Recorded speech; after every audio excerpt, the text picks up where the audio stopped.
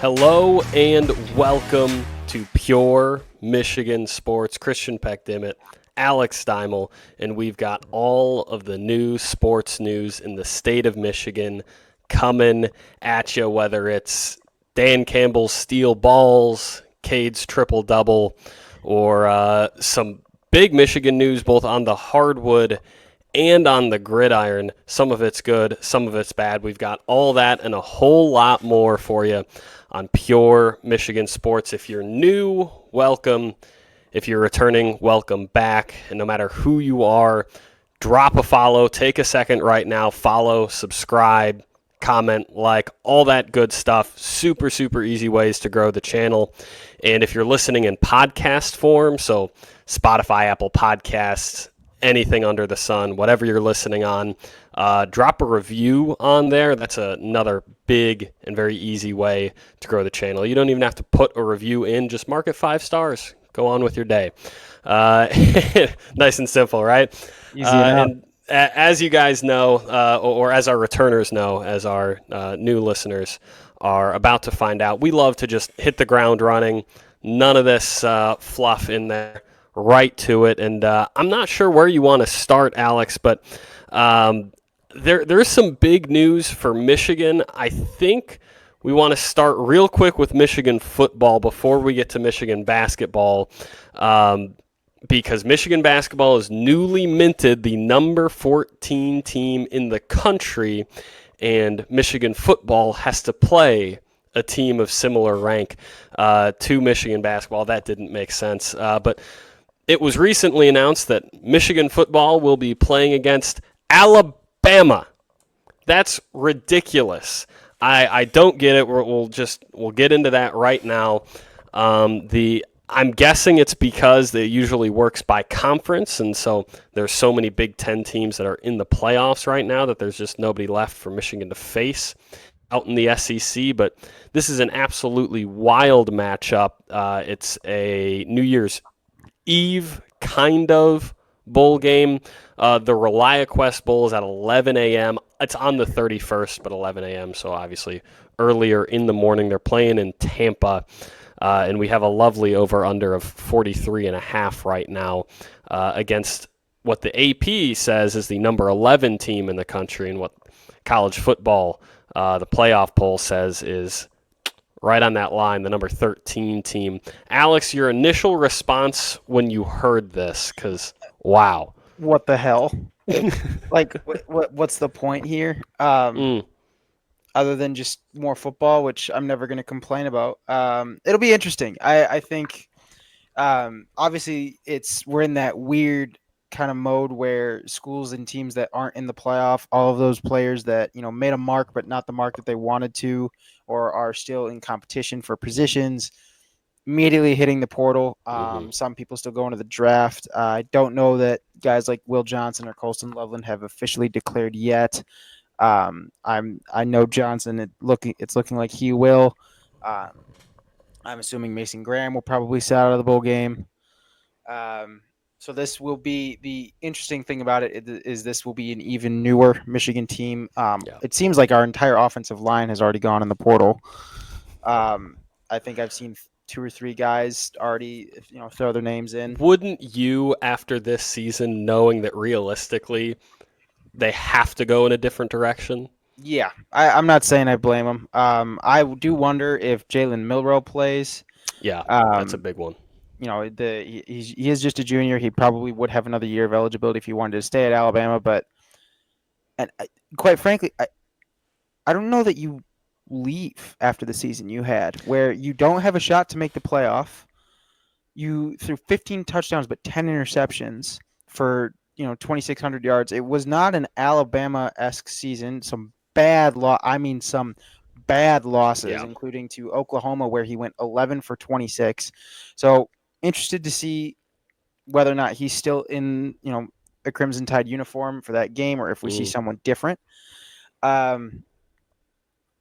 But this is what's going to happen with the playoff, and this is why it is things like this that are just going to lead to even more change within the playoff structure, how it goes. I mean, it's been all the hubbub this year. I mean, Bama fans are pissed and I get it. They're upset that they didn't make the playoff. I They did not understand where deserve a playoff spot. They didn't. I think any hometown team, like if Michigan was in that situation, I think we'd all want Michigan to be in, and everybody would be using the strength of schedule argument. At the same time, you didn't even make your conference championship, and you just lost to unranked Oklahoma. You don't really have a lot of room to talk. No, to be honest with you, you're arguing that you want SMU's spot, right? That's the only one you can argue for. SMU has only 2 losses. They are both 2 ranked teams, including obviously in the conference title game. Alabama has 3 losses. 2 of them are to unranked teams. Not only unranked, but Alabama and Vanderbilt and Yeah. Oklahoma, who are terrible. They're really, really bad. And so they're not just unranked, but they're awful. And you didn't make the conference title game. Not only did I think Alabama didn't have a shot, and obviously they didn't make it, but I think that Alabama fans have no grounds to really make any reasonable argument for them to have been in it. The Regardless. only thing I can think of would have been that win against Georgia in the end of September, which I mean we just watched it this weekend. That's a great Georgia team. Yeah. It's still not enough. And I No. think we can all, anyone rationally can look at that, but this is also, and not even on a Michigan scheme, just a grand scheme in general. I think once Michigan gets this talent in, I think it's safe to say they will make a return to the college football playoff.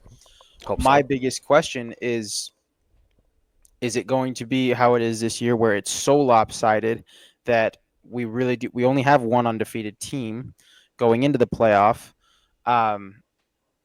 Teams are losing left and right. The rankings are constantly shifting. I don't remember a more chaotic season of college football. I think that's just all the more fun. I think that gives us I just great wonder opportunities like this. I wonder what it leaves Michigan up to. Especially next with year. You don't like it. Could Bryce Underwood be the guy day one next year? We don't know. Not only that, but the Big Ten stands to be, I mean, just as good. Obviously, it depends what happens coaching-wise in Indiana. But Will Howard's gone, right? Not that Will Howard will be gone, but it's Ohio State. They're gonna reload at quarterback. They're gonna have more talent at wide receiver. Obviously, Smith is back. No, if Ryan Day is gone, do you lose your recruiting capital? That's a great point. There's point. one thing the guy could do, it was recruit. He can't coach. Clearly, he cannot coach, but he could recruit and he could get guys in. And I don't know if that's. It very well could be that it doesn't matter who's in there. It's just the school has and their collective has the money, and that's where they're going to go with it. It could also end up being something along the lines of they bring in a Marcus Freeman, who is obviously an OSU alum. They bring Urban back. They bring someone with enough, and I hate saying this, but enough getting political Urban capital, out of retirement would be crazy. Enough political capital to pull off those moves again and to keep Ohio State, at the top of recruiting classes each year. Or do they go through kind of a transformation like Michigan does, where it's a new regime, a new administration, and it takes them a while? I think when it took one night for Michigan's future to be completely flipped on what we thought it would be, with Bryce Underwood coming in, but this is a whole new landscape that definitely makes it more entertaining for the viewer. But I've said it.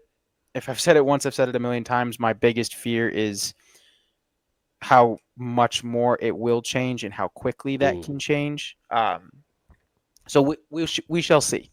But again, I think it'll be an interesting game. I think Alabama's favored by 11, ironically, as the number 11 team in the country according to the AP poll. Over unders at 43 seems reasonable. I think this will be, unfortunately, a little bit of an Alabama game. For them, it'll be their game to show whatever talent they've got next.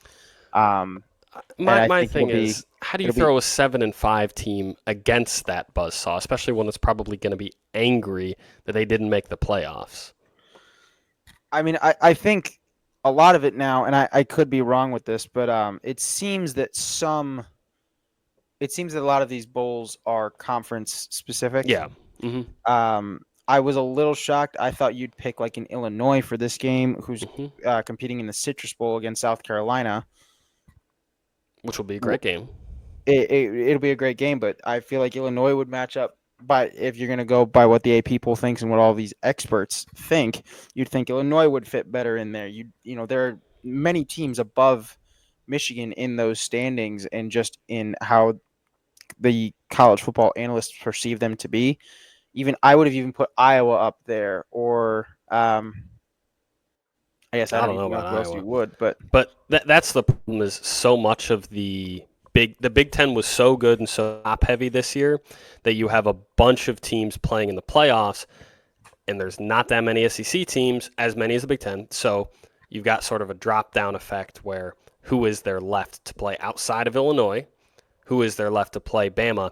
And suddenly we sort of get thrown in front of the train on the tracks. And obviously, Alex hit the nail on the head. It'll massively depend on who plays, but I think Michigan will be missing just as many key pieces as the Tide. And yeah, you mentioned a lot of other questions about Bryce and the future of Ohio State. Those are for the future, and obviously will, especially once we know who will actually be playing in this game, give, I think, a better preview of it down the line. absolutely. I do want to ask you really quickly though before we move on. Do you have? I mean, Oregon's obviously the favorite right now to take it all. Do you have like kind of a sneaky pick you think could, if not win, at least make the national championship game, or do you think it's kind of set in stone based on the rankings where how things are going to go? I don't think I have a sneaky pick, but I think Georgia is dangerous. And obviously, like I said, it's not sneaky. That's almost obvious, but that's a very dangerous team playing good football right now. And their play at quarterback has been pretty inconsistent. Obviously, it wasn't Beck leading them the most of that SEC championship game, but it didn't seem to matter. The rest of this team is good enough and is very talented. I think their defense has been much improved throughout the course of this season. Their run game is continually very, very strong. And obviously, Oregon is the most talented team. They're number one for a reason. They're undefeated for a reason. They should be favored. But I think if you're going to pick someone else, again, it's not a sexy or a cool dark horse pick. But I think this Georgia team is very much right on the same plane as Oregon. Do you have one? See, I don't have a pick to make it that far. I do think Indiana upsets Notre Dame. Yeah, that's a good pick. I like think the spread's now at 7.5. People forget this is a Notre Dame team that lost to Northern Illinois, and other than that, the best team they've played would be Army. Not that Army's a bad team at all, and they wiped the floor with Army, Yeah. but they haven't gotten a ton of real competition.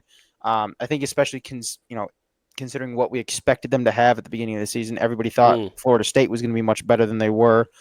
They were able to knock off a pretty decent Texas A&M team, but I don't think there's a ton of real competition in there this year for Notre Dame. Meanwhile, Indiana, their only loss is to Ohio State. They're playing Big Ten teams. They're getting that constant competition there. And this is Indiana's first date to something this big. Yeah. Notre Dame's been there True. time and time again and has proven that they cannot handle it. I don't think that Marcus Freeman is necessarily the guy to help get them through that. So I guess early pick for like 2-3 weeks from now, I'll be taking Indiana. But I do think they have an opportunity to sneak in there. I do like what Signetti's done. Yeah. And then I guess we would have missed it because I think this came out afterwards. I'm not sure. Did we cover the $100,000 fines last week? We didn't cover them, but I think they actually came out before. I think that's chump change for programs like this. I think some donor says, "I love the fight from these kids." And what was it hucks Saban it said? Michigan's way. It's I don't know. It was some saying that I'm forgetting, but it was basically something along the lines of like, that's just worrying about the little stuff. Like that's putting way too much emphasis on something when you have way bigger problems. He could not have put it better. Like that's what we're going to find $100,000 for when there's much bigger issues going on in the landscape of NIL and just sportsmanship in general. That's where we're drawing the line, is a flag planting. I think that's a little insane. I agree. But I guess then moving into Michigan college basketball, this was kind of my first good look at Michigan basketball this year. And you had been hyping it up for a while. First 5-10 minutes of this game, I was like, holy shit, you were right. I think they got off to like a 20-6 lead. They were firing on all cylinders. Iowa didn't have a response. And then just like that, the turnover machine came alive. I was like, It really did. I was like, this is. I was like, there has to be a kryptonite somewhere, and this is where it is. Despite that, still ranked number 14 in the country. Completely expectations have been completely blown away from what we thought in Dusty May's first year. But you cannot, come conference tournament time and I don't know, March Madness. I think we will get there. But again, if we're lucky enough to make it deep, you cannot be, having that many just forced mistakes and turnovers that late into the season. Yeah. It's a little early to be thinking March, but I feel like that's always on your mind talking college basketball. Is you sort of always glance ahead to like, come March, we have to be able to make free throws. We have to be able to defend down the stretch, not turn the basketball over, do the fundamental things. Because I think this is ultimately a very positive take on this Michigan team. I'll say the negative stuff first, leave the positive stuff for a minute from now. But you're right. I think you said it perfectly. You called it a turnover machine.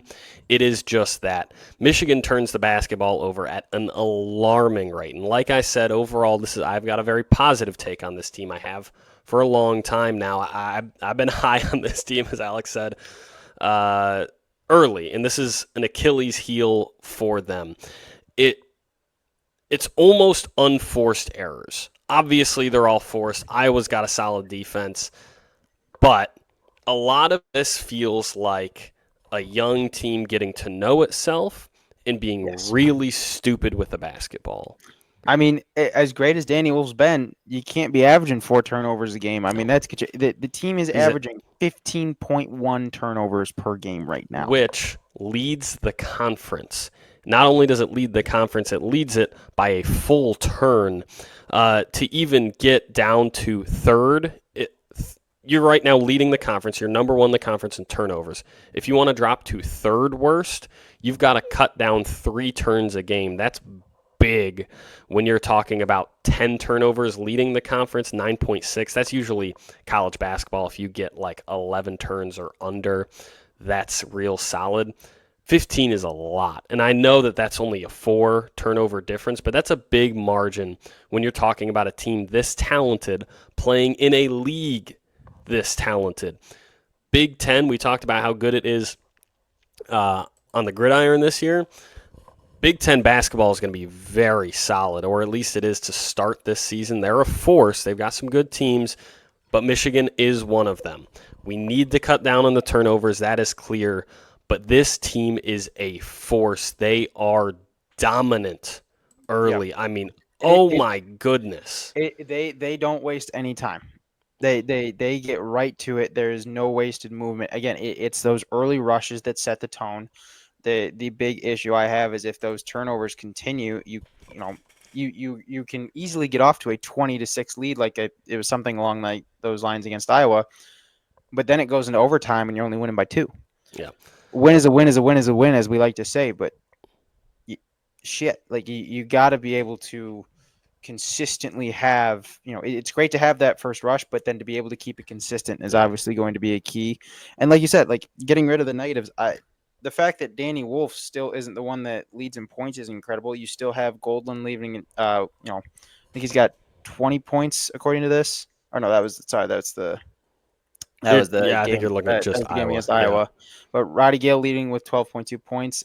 Danny Wolf 10 rebounds a game in college. Leads the conference. Nothing wrong with that. Trey Donaldson obviously moving the ball around. This team seems much more fluid than it was. I think everybody's got their positions, they've got their designated roles, and it seems just less. I think last year there were just nobody knew what they were doing, and I mean that's the biggest reason Juwan got fired, is because there was some inability of a game plan, and it just looked like street ball. And what did I say early on was, if you go back to the last couple of weeks on this show, I've been perhaps a little too high on Michigan. But one of the things that they've got, among many others, is an offense by committee. Like you said, everyone has a role. This is a team that can hurt you in a bunch of ways. Not only that, but I've loved that Roddy Gale and Danny Wolf have stepped up as the go-to scorers late in ball games. Trey Donaldson's right there as well as that secondary, or I guess I named 2 guys, so tertiary scorer. These are guys that can get you buckets late in games. That was my worry early in this season. It still is a little bit, but this is a team that can hurt you from a ton of different spots. When we actually run our offense, we're very efficient with it.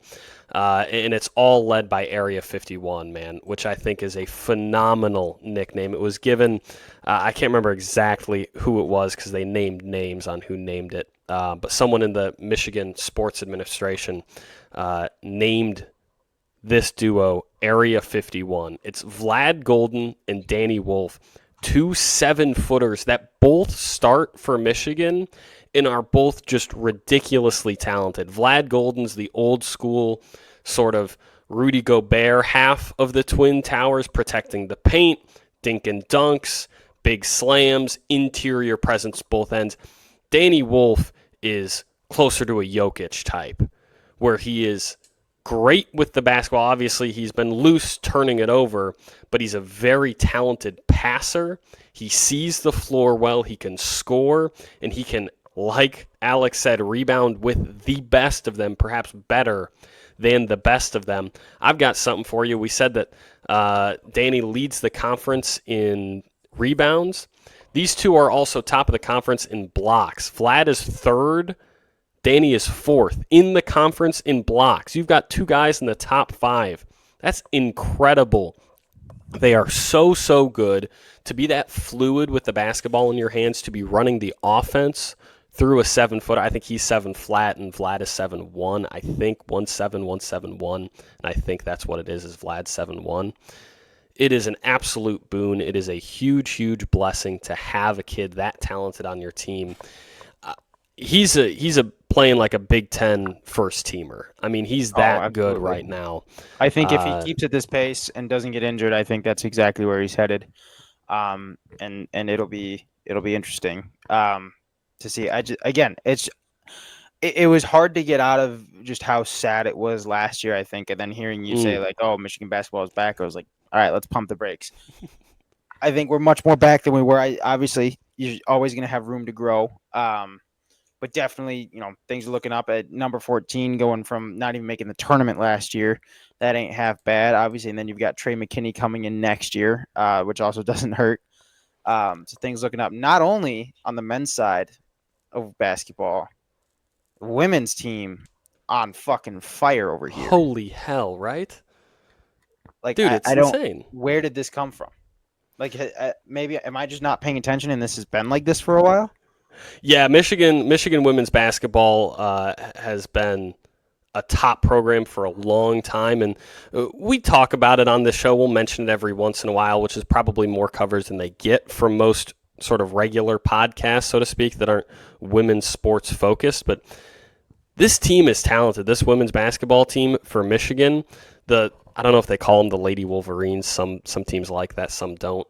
Just calling them the Wolverines. I'm going to just call them the Wolverines.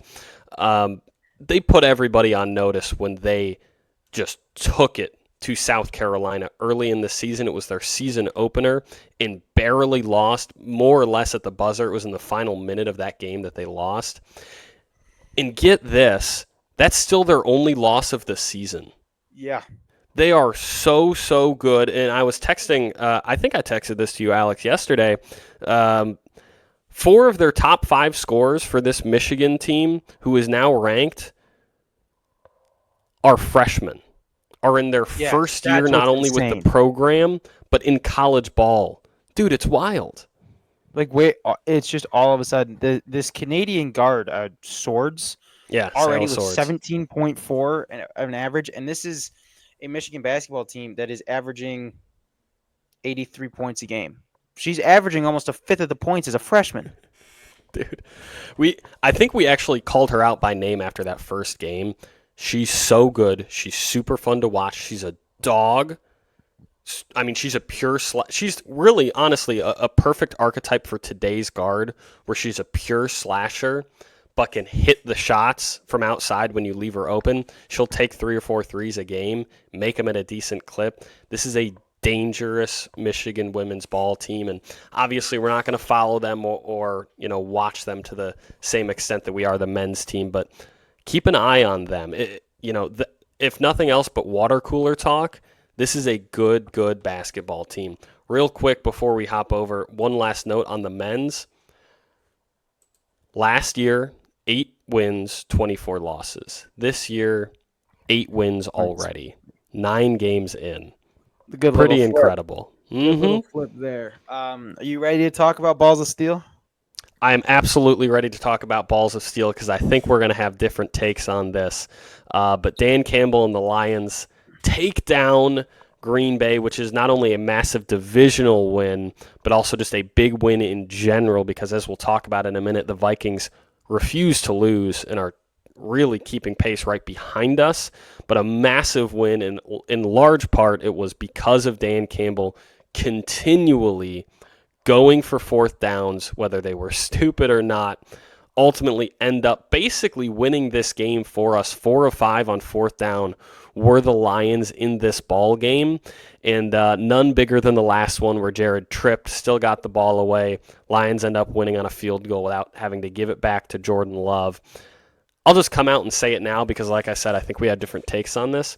There is a fine line, and we talked about it after the San Francisco loss last year in the NFC Championship game. There is a very fine line between aggressive and trusting your guys and being stupid. Do you think that's what this was? When Dan goes for it on his own 35-yard line with whatever it was, like 9 minutes left in this ball game, you remember that? The one that they didn't get was in our own territory. That's stupid. I think that Lions fans don't have to do this. They don't have to jump logic. Because I feel like every Lions fan you see in comments and on social media go with, oh, you hate Dan Campbell if you disagree with these calls, and, you know, it's the aggressiveness that got us here. We have to live and die by the sword, and there's no in-between between I love Dan's aggressiveness and I hate when he does this. He's awful, he's stupid, he's a liability, which people in the media have said. I don't think he's a liability, but I think that Lions fans in particular are allowed to say, I love his aggressiveness. There are times when he takes it too far. There were times in that Green Bay game where he took it too far. So you're right and you're wrong about us disagreeing here. And what I will say is I'm very much in the mode of like you live and die by the sword. Like I'm absolutely there. But I'm not gonna lie. Like when I'm sitting there, like I am up doing the Jim Harbaugh, hunched over your knees, hands on your knees, like every time we go forward on fourth down. Like I start freaking out because I'm like, oh my, like this is huge.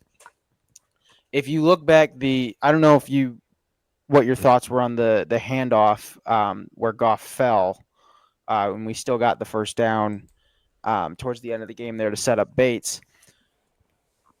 This team has, in a way, kind of encompassed that. I don't know. What's the word we were using about Dan Campbell earlier? Just like the balls of steel. Like, balls of steel, and they that intensity, or I don't know, brilliant Aggression. time to aggression. Thank you. I don't know how I was forgetting that word, but if in the reports afterwards, Goff wanted to go for it on fourth down, and they were thinking of kicking the field goal, and I think this is why I love the mentality of living and dying by this sword. When you have an entire team also believing in that mentality of we're going to go for it because we know our offense can do it, I don't like that. Go for it every time, obviously within reason. But when the math says go for it, even though history of how the game is run may not be the indication, this team is not similar to this team is unique, not even from the Lions of the past, but from NFL football, in the sense that in a certain way they are redefining how this game is played. Jack Fox was the best player on our team 2 years ago. He barely sees the field. There is a very visible shift here, and I am all for it. And I think like it's even those there's if for those who have watched Winning Time, I don't know if you've seen Winning Time, the the fictional show about the Lakers where The Paul one Westhead on is HBO. he's constantly talking about the system, and it ends up being this downfall. I can absolutely see that argument being made that once you trust the system too much, it goes for it. Mm. I think once he stops kicking field goals to win the game and just goes for touchdowns, that's when it's gone too far. But if he wants to go for these fourth downs and wants to trust his defense to, make a stop when we need it, I am all for it. You're right, Alex. We are actually a little bit closer on this than or probably a lot closer on this than I thought we were going to be. But I want to key in on something very specific you said, which is, I don't care if he goes, and you were saying this hyperbolically, but I don't care if he goes for it every time within reason. I think there are points. Let's take us back. Everyone close your eyes and imagine back to last year in Dallas, in Jerry's world. Skipper and Decker. We were going to go to a happy place. I'm sorry. I guess I didn't say happy place. We're going to a sad place. But get there with me logically. Decker, Skipper, the reporting, that gets taken back. And remember the context, we were going for 2 after scoring to win the game. So we scored, field goal ties it, sends it to OT, potentially.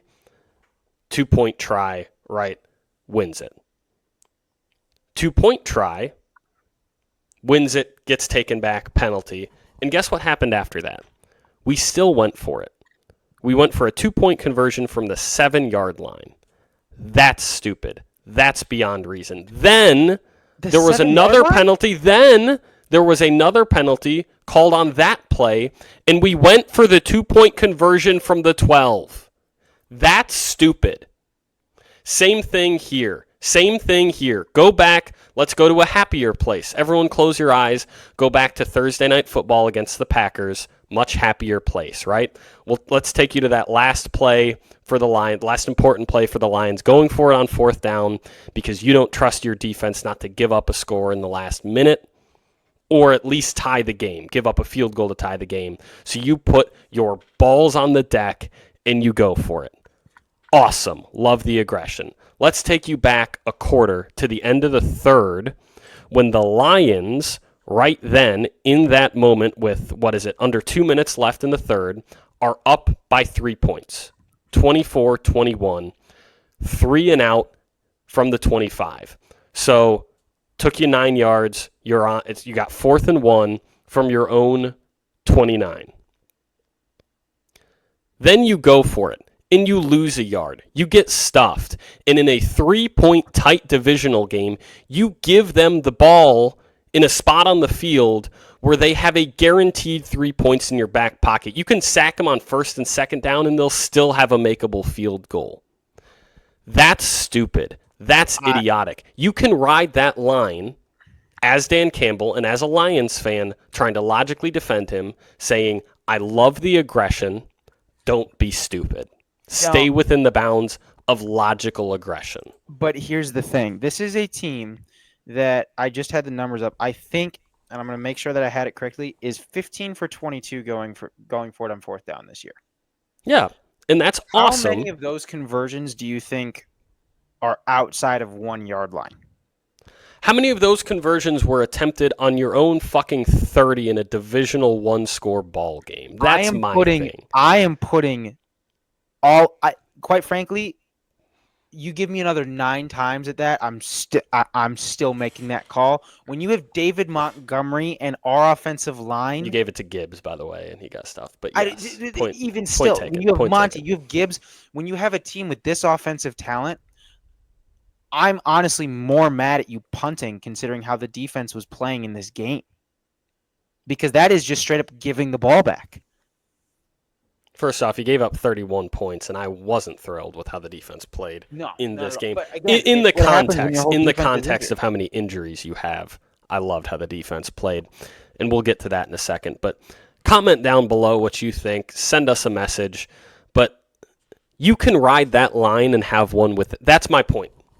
You can have one without the other. You can have the 4th down at the end of the game without having the 4th down at the end of the third where you give them a free field goal. And I believe it actually ended up being a touchdown. It did end up being a touchdown. You're absolutely right in the sense that you can you can love the intensity and still have a little bit of rationality. And I'm saying that Mm-hmm. as someone who has no rationality when it comes to his teams.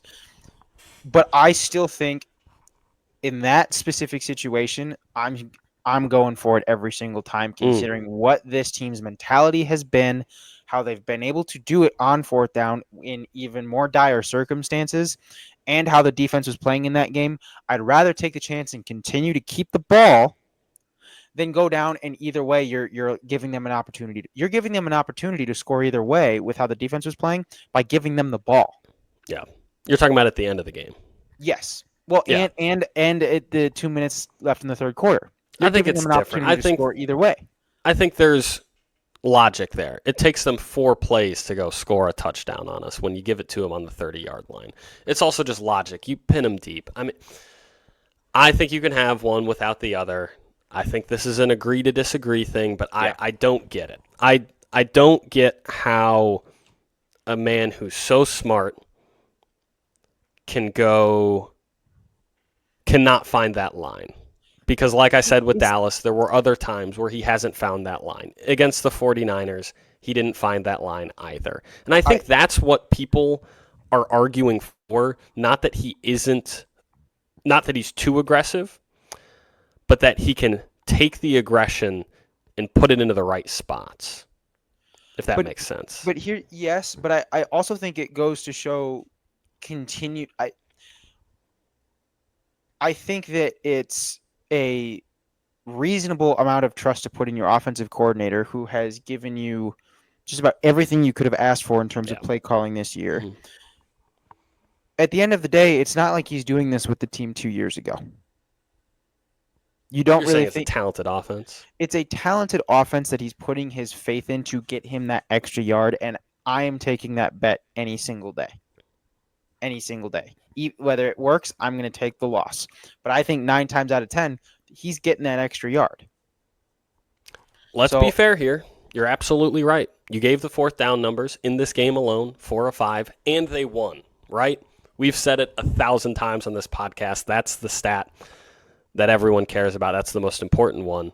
We did win this game. But you know who else won their game is the Vikings. Shit. And they didn't just win. Alex said it perfectly. They beat the shit out of the Falcons. I watched almost this entire game. I didn't think you were going to bring up the Vikings. You know what I thought you were going to talk about? I thought you were going to talk about the Bills. Did you see that game? You can't expect Josh Allen to give you anything more. How in the world? And you want to talk strategy? And again, this isn't Michigan, but we're sitting there. So the Rams are driving, and then they have a holding call on third down. And instead of just going immediately to fourth down, they accept the call after their secondary had been playing worse than the Lions had. This is the Bills.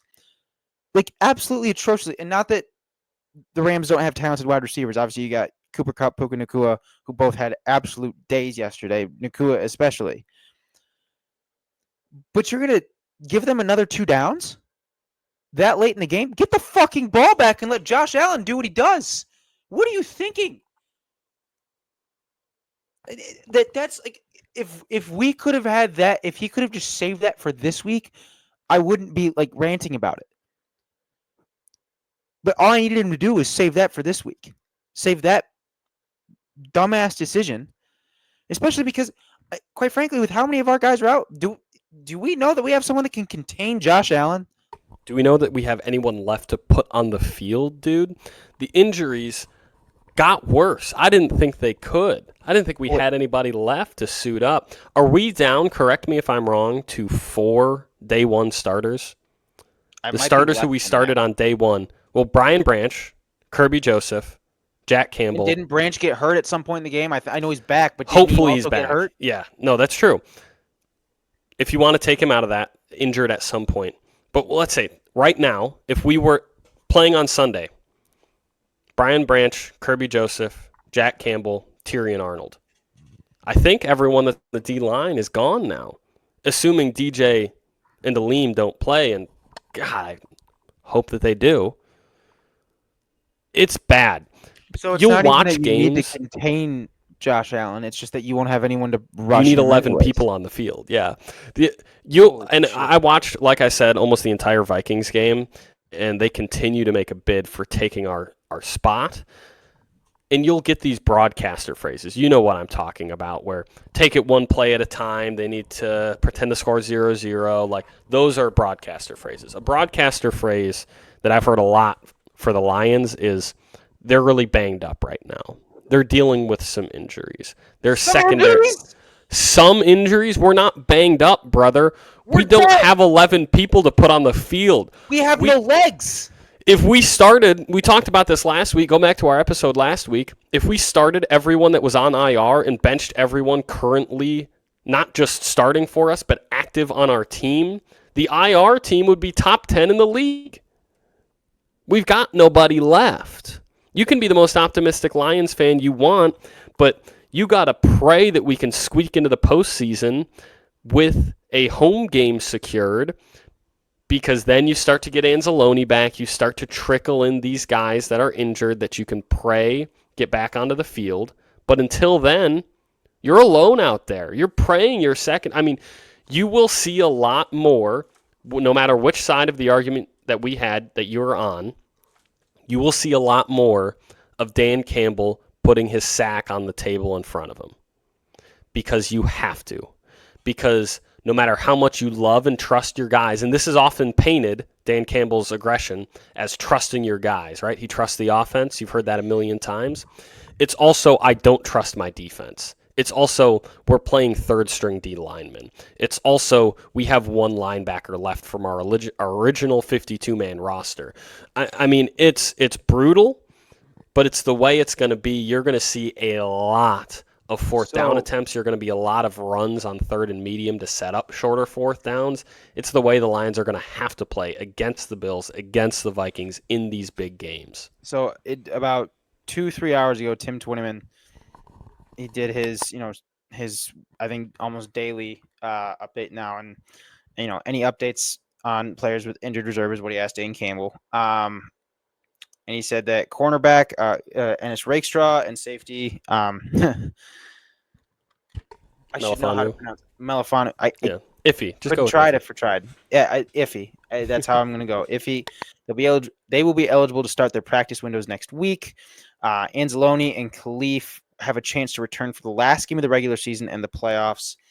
Didn't have an update on Hutch. And then we also still have Aleem McNeil in concussion protocol, and he has to navigate those return to play protocols if he wants to be ready for Sunday. The one big thing is there's a chance we get Levi back, and there's a chance we get Taylor Decker back. I love that we've clinched playoffs. I'd love to have that bye, and my fear is without the defense that we have now needs to be able to step up and get us that bye.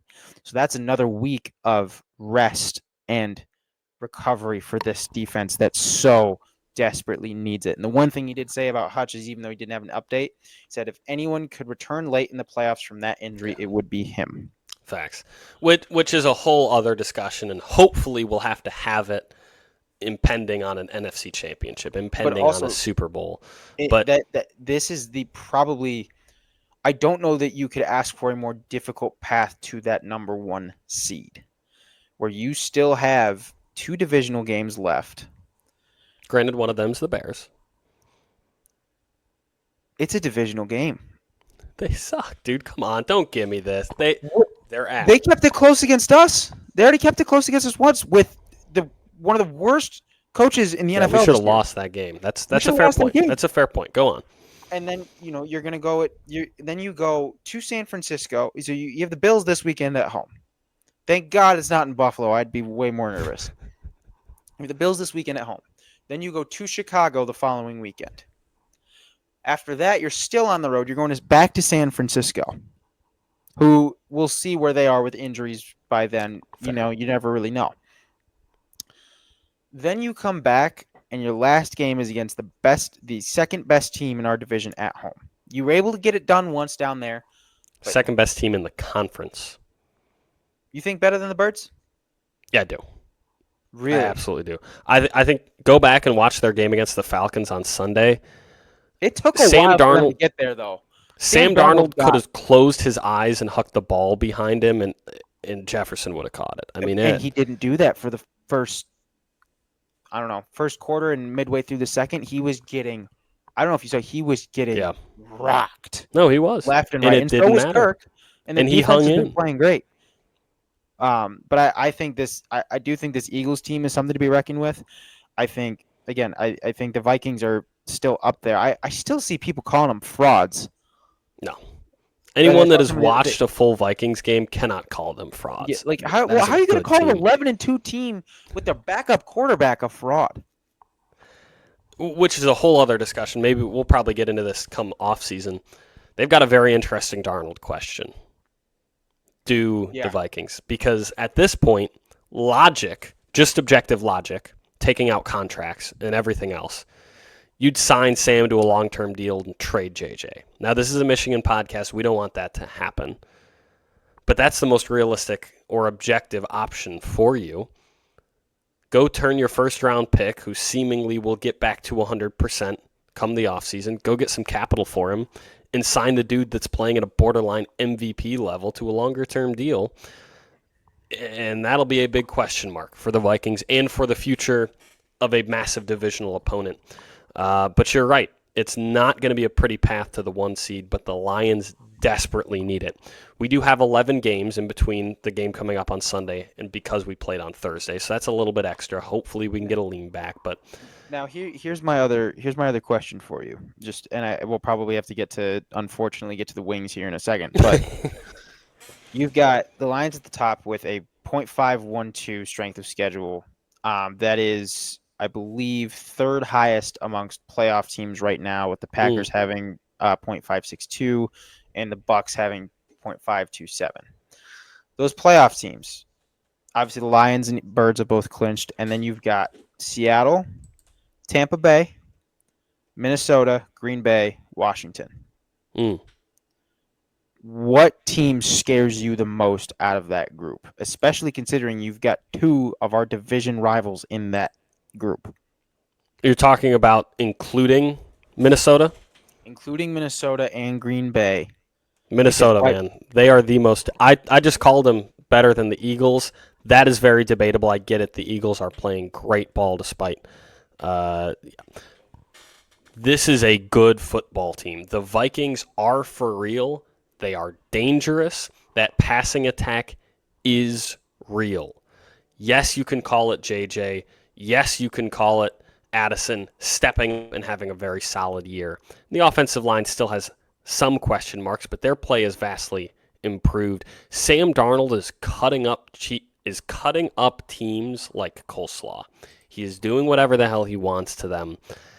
And against our secondary, against our defense, as it stands right now, with the division on the line, at home or not, I don't care. That is a dangerous football team. I'm less worried about them come playoffs. I'm more worried about them potentially handing us a wild card road game. We could be a 3-loss team with a wild card road game. Well, okay, let's say we win out until that Minnesota game. That's Isn't true. it just a split? It's a split, and then it would go to divisional record, and that'll depend on how the Vikings do, because the Vikings right now are 2-1, and if they win out their games, we'd both be 5-1 in division. It'd go till points 4. I think it then goes to points 4, which we would crush. Yeah, it's not even close. But we need to win this Bills game for that to be true. Exactly. And what's even scarier is, let's say that's as close as that first game was when we were in Minnesota. If the season were to end today, we would play the winner of Tampa, Minnesota. Shit. We'd have that week. We would have that bye week to get our boys rested up. Yeah. True. And who knows, maybe someone injects Hutch with enough steroids to get him back here. Speaking of, the Red Wings have taken the lead against, never mind, they just tied it against the Sabres, 1-1. DeBrincat, another goal. We'll get into the Wings in a second. But that is something that, again, I think you're right. I think the Eagles are also here to play. I don't think they're messing around anymore. They handed Lamar his first ever home loss in December, which is insane. But I do think you're right. This Vikings team is something to be concerned of, especially if we don't have our defensive guys back. It's going to be a huge load on the offense. Unless you had anything else, I don't even know what to do anymore, man. I Yeah, don't. what can you say about this Red Wings team that hasn't already been said? Because I was going with the defense and the defense being so bad, and then I'll give credit. We got absolutely goalied the other day against Colorado. I mean, Gorgiev stood on his head and played a hell of a game. But that's 5 straight. We haven't had a regular win, a non-overtime win. Regulation. We haven't had a regulation win since Thanksgiving, which feels like forever ago. It wasn't, but it feels that way. And it's streaks like this that can kill playoffs. There's so much season left, and that you can never count a team out this early, I think. As much as teams have firepower and teams don't, you can never count those middle-of-the-pack teams out. But holy shit, they got to figure something out. I mean, we're second to last in the table right now. It's going to take a lot to bring this back. And just being tied to teams like the fucking Sabres is not going to do any good. What I will say is I do love seeing, or at least it sounded like Kosa came up from the minors. At least I think that's what I read, with Cam Talbot and Alex Lyon both being out. So you've got someone else there to share the load with Husso, who I don't really trust in goal very much. As I'm saying this, Andrew Kopp scores. Holy shit. That's quick. Where the hell does this guy come from? Probably one of the worst signings we've made in a long time in terms of pure production. But now up 2-1. I was going to, believe it or not, take the over in this game as my pick. And I feel like I can't do that anymore. 1, because I didn't realize the game had already started. And 2, because there's already 3 goals. So now I just look like an asshole. Yeah, there's 15 minutes left in the first period. So as we're recording this. I think it's pretty easy to say that over will likely hit. That over was at 6.5. And I looked at it beforehand. Both teams were letting in 3 goals a game. Obviously, we know the Wings' defensive struggles, and the Sabres haven't been much better. Both teams that are, 2 teams that are pretty much all offense outside of Dahlin for Buffalo, who's insane, but one man cannot carry the load. It's just insane, dude. Like, I don't know where this fell off. I mean, the fact that there was even a rumor about, and it was quashed, at least the rumor of the report was squashed, that Captain Dylan Larkin had requested a trade. This is dark and deep, and it's going to take a lot of serious, in-depth evaluation if this team does not make the playoffs, which is where they are heading. Speaking of one-man shows. One-man shows. Are we going to get this guy some help? Because talk about carrying the load in Cade Cunningham. Cade, 29, 10 boards, a career-high 15 assists. The second game in a row that he has led the Pistons, points, rebounds, assists. Game before, loss in Boston, 27, 9, 14 assists, which at the time was a career high. Back-to-back games with career-high assists. The dude is dishing it. The dude is hooping. Say what you will about his turnovers, because they are aplenty, but his usage is just so ridiculously high. To do what he did, not only to the Knicks, but in MSG, at the biggest stage in basketball, incredibly impressive. A triple-double like that with only 3 turnovers. He's been awful turning the ball over overall. He was phenomenal in this game with that. Just stellar. And I can't get through these Pistons without talking about Malik Threesley, who just refused to miss any threes. Beasley has been phenomenal. His role has been super fluid. It feels like he's coming off the bench, starting, doing this, that, and the other thing every other game, and his production just stays top tier.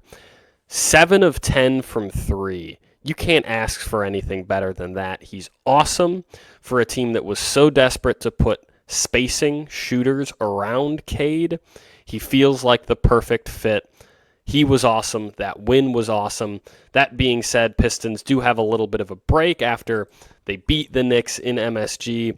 That was on Saturday. They don't play again until this coming Thursday, so they've got whatever that is, a 5-day break. And then they play in Boston. That's tough. But then you've got Miami at home, Utah at home. A lot of games against Boston this year already. Yeah, I don't know why they sort of front-loaded our Boston games. We only play them 3 times all year, and we're going to be 25 games into the season and already having played all of our games against Boston. Doesn't make any sense, but I don't make the schedule. We then have Miami, Utah. We're in Phoenix. We're in LA. Those are some winnable games up in there.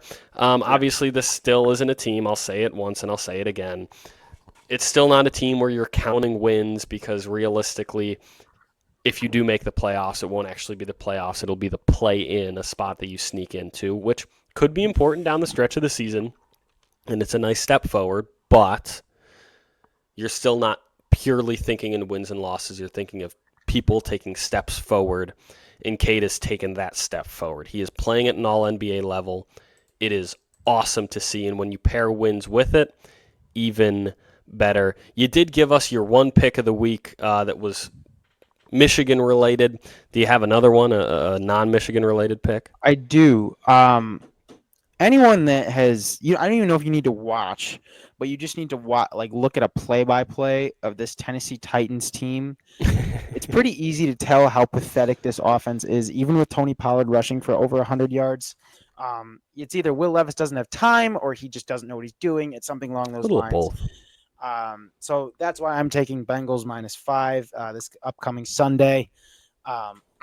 Again, a Bengals team that isn't necessarily been playing the best either. They're 4-8, but I think they whoop this Tennessee team. I don't think this team has anything going for them, offensively or defensively. Also throw in there. I don't know if they've released the odds for it yet, but a Jamar anytime touchdown. What's the spread on that? 5 even. I like that a lot. Along those lines, my non-Michigan pick was actually Cincy as well. It was Jamar 90-plus yards, which is plus 105. That's tonight. That's against Dallas. And I think he gets that easily. Dallas's defense has been porous. If you want to take the over, I thought about that as well. It's already at 50.5, I think, when I saw it. So I wasn't going to take it because of that high number. But these are two teams that refuse to defend. They just don't want to. Really, Cincy in particular. So if you want to take the over, I'm with you. That's not my official pick. And then my Michigan-related one is tomorrow when we're recording this Monday. So tomorrow, if you're listening to it, it's today. When Michigan plays, who the hell do they play? Not Arkansas. Yes, Arkansas. When they play Arkansas, this Michigan team is -4.5. I love it. It's in MSG. It's neutral site. I get that. Turning the ball over is still a problem, especially against a solid Arkansas defensive team. -4.5. Arkansas 7-2 was ranked before the most recent rankings that came out yesterday applied. I've got Michigan -4.5. And I think that wraps up the episode. Thank you so much for joining us. Christian Peck-Dimit, Alex Deimel. Until next time, it's been Pure Michigan Sports.